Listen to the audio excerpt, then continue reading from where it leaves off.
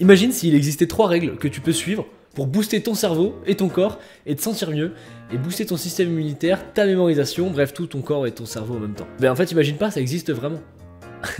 On dirait pas une vieille pub téléachat un peu genre. Alors quel rapport avec le mentalisme? Bah en fait tout ce qui est la nutrition et le rapport avec comment est-ce que ce que tu avales et ce que tu mets dans ton corps te permet de progresser et de t'améliorer mentalement et physiquement, bah ça fait partie de mon mentalisme. En plus de poster un short tous les jours, je posterai une vidéo plus longue où je développe sur des sujets qui m'intéressent. Et donc dans ces vidéos il y a une petite particularité.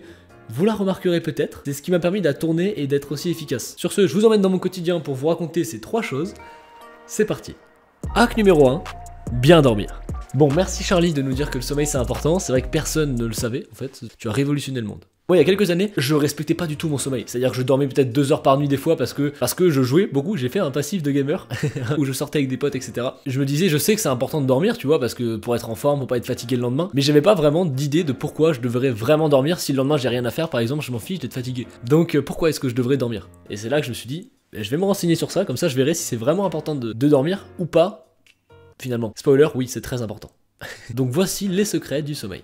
Un manque de sommeil, ça fait diminuer ta testostérone, ta libido. Pour les filles, ça peut même bousculer votre cycle menstruel. Ça réduit la récupération de tes muscles et donc tes performances sportives. Il y a un truc très drôle, c'est que l'hormone qui te permet de ne plus avoir faim, l'hormone un peu de satiété en fait, elle diminue. Et t'as une autre hormone dans ton corps qui te permet de te dire j'ai faim. Et ben celle-là, quand tu manques de sommeil, elle augmente. Ce qui veut dire que non seulement t'as moins de satiété, mais en plus de ça, t'as plus faim.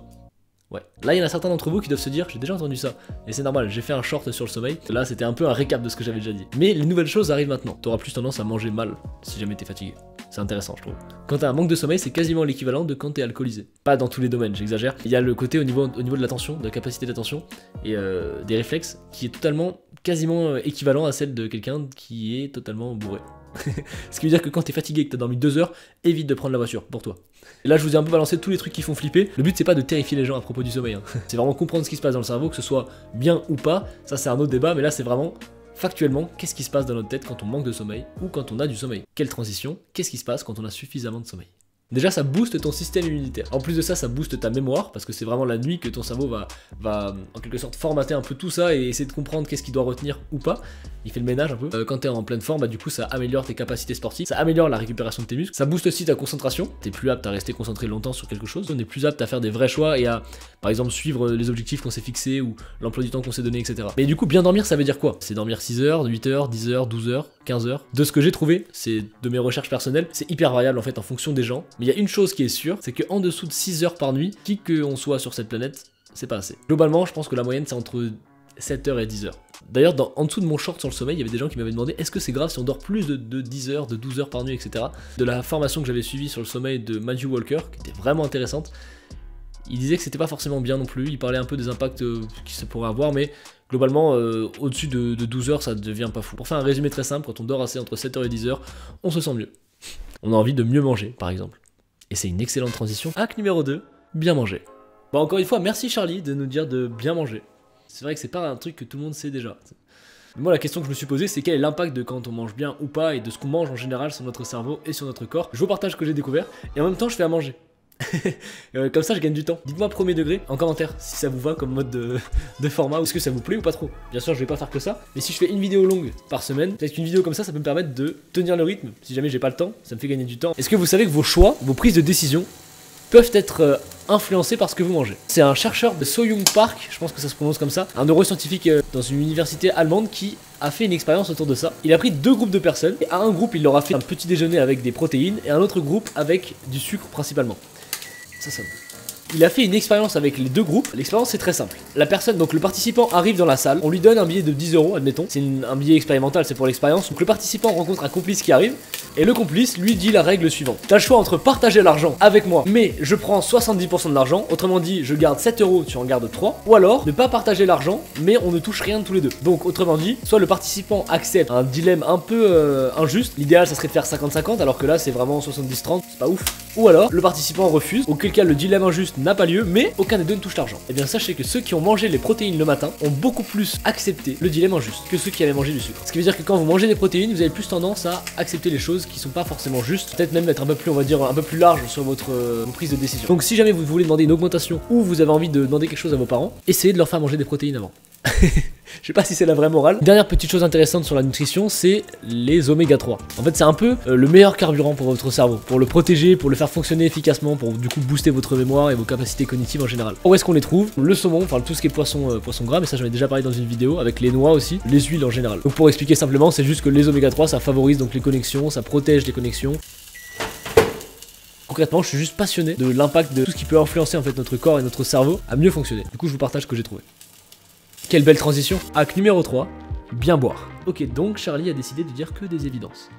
Tout le monde sait qu'il faut boire, de toute façon tout le monde boit régulièrement, sinon vous ne seriez pas devant la vidéo. La question que je me suis posée, c'est qu'est-ce qui se passe quand on ne boit pas? Qu'est-ce que ça apporte réellement de boire? Parce que oui, ça hydrate notre corps, ça nous permet de survivre, mais qu'est-ce que ça fait vraiment? La première chose que j'ai constatée avec l'eau, c'est une constatation personnelle, des fois j'ai un peu des coups de mou, un peu en manque d'énergie. Et là je me dis, ça fait combien de temps que t'as pas bu Charlie? Beaucoup trop longtemps. Des fois ça fait plusieurs heures et du coup je vais boire. Et généralement après ça me redonne de l'énergie et ça va beaucoup mieux. C'est une fact intéressante, des fois si vous êtes un peu en mode manque d'énergie ou vous avez du mal à vous concentrer, on va revoir ça juste après, buvez de l'eau. Aussi simple que ça. Je vais déjà mieux.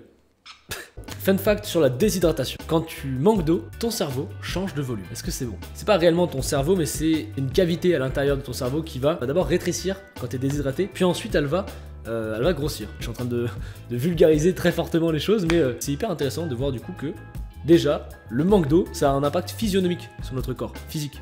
Pour aller encore plus loin sur la déshydratation, il y a même une étude qui a montré sur des élèves, des jeunes élèves, que la déshydratation pouvait mener à moins de concentration. Au début de la journée, les élèves déshydratés avaient aucun problème avec ça, c'est-à-dire qu'ils n'étaient pas du tout moins performants que les autres. Par contre, en fin de journée, le décalage est très très marquant en fait entre les deux. Je l'ai bien connu ce cours de 16 à 17 et t'as juste envie de rentrer chez toi, t'arrives plus à suivre. Peut-être qu'avec une bouteille d'eau, vous supporterez beaucoup mieux ce cours.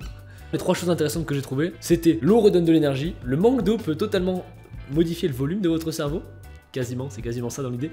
Et ça joue aussi sur votre concentration et votre attention, etc. Encore une fois, le but c'est pas de mettre la pression aux gens en mode buvez de l'eau, vous buvez pas assez. Non, c'est juste de savoir comment le cerveau et le corps fonctionnent. Je vais le répéter en boucle, hein, mais ça me passionne. Hack bonus, faire du sport. Ouais, encore une évidence. Mais pourquoi? Ce qui est génial avec le sport, c'est que plus tu seras efficace en sport, mieux tu vas dormir. Et mieux tu vas dormir, plus tu seras efficace en sport. Etc. Je pense que tu vois la boucle positive. Et en plus, faire du sport, ça te donne envie de mieux manger. Et ça augmente ta soif. Donc en gros, les trois autres règles sont amplifiées. Mais ça s'arrête pas là. Quand tu fais du sport, ça ralentit le vieillissement de ton corps, ça améliore l'irrigation de ton cerveau, donc ça booste tes capacités cognitives. Et quand tu termines une séance de sport, ton cerveau libère de l'endorphine qui fait que tu te sens très bien. En gros, le sport, c'est encore une fois un code de cheat. Et ce qui est génial, c'est qu'il n'y a pas besoin de faire 40 minutes de sport tous les jours pour être bien. Même 15 minutes tous les 2 jours, c'est déjà hyper cool. Je pense que vous l'aurez compris, j'adore le sport. C'est le pire plan, mais on est le 4 décembre au moment où je tourne ça. Il fait un peu froid, c'est vrai. Je vous partage une théorie sur la vie. C'était pas dans le script, mais je trouve ça cool. De ce que j'observe, plus les gens prennent de l'âge, plus ils ont l'impression que le temps passe vite. Et j'ai peut-être une explication à ça. Ma théorie sur ça, c'est que le temps passe de plus en plus vite quand on fait des choses dont on a l'habitude de faire. Autrement dit, plus on fait de nouvelles expériences, plus le temps passe lentement. Et par exemple, le fait d'être en débardeur et de faire du sport dans le froid le 4 décembre 2021, c'est une nouvelle expérience. Ce qui veut dire que je m'en souviendrai, et c'est un peu une façon de dilater mon temps en fait. Et comme c'est de plus en plus dur de faire de nouvelles expériences en même temps qu'on vieillit, bah c'est un peu logique en fait qu'on a l'impression que le temps passe de plus en plus vite. Dites-moi ce que vous pensez de cette théorie, je trouve ça plutôt cool. Je pense que je vais aller me baigner.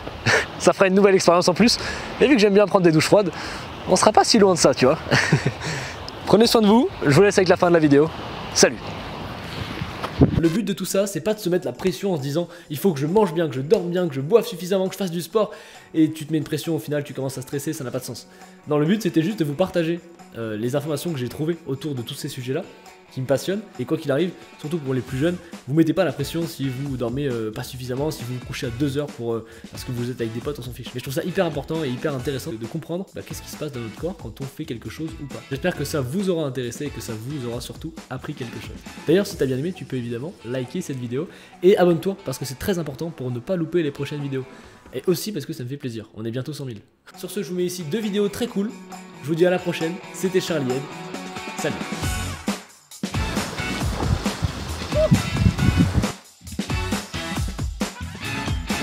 Quelle idée nulle!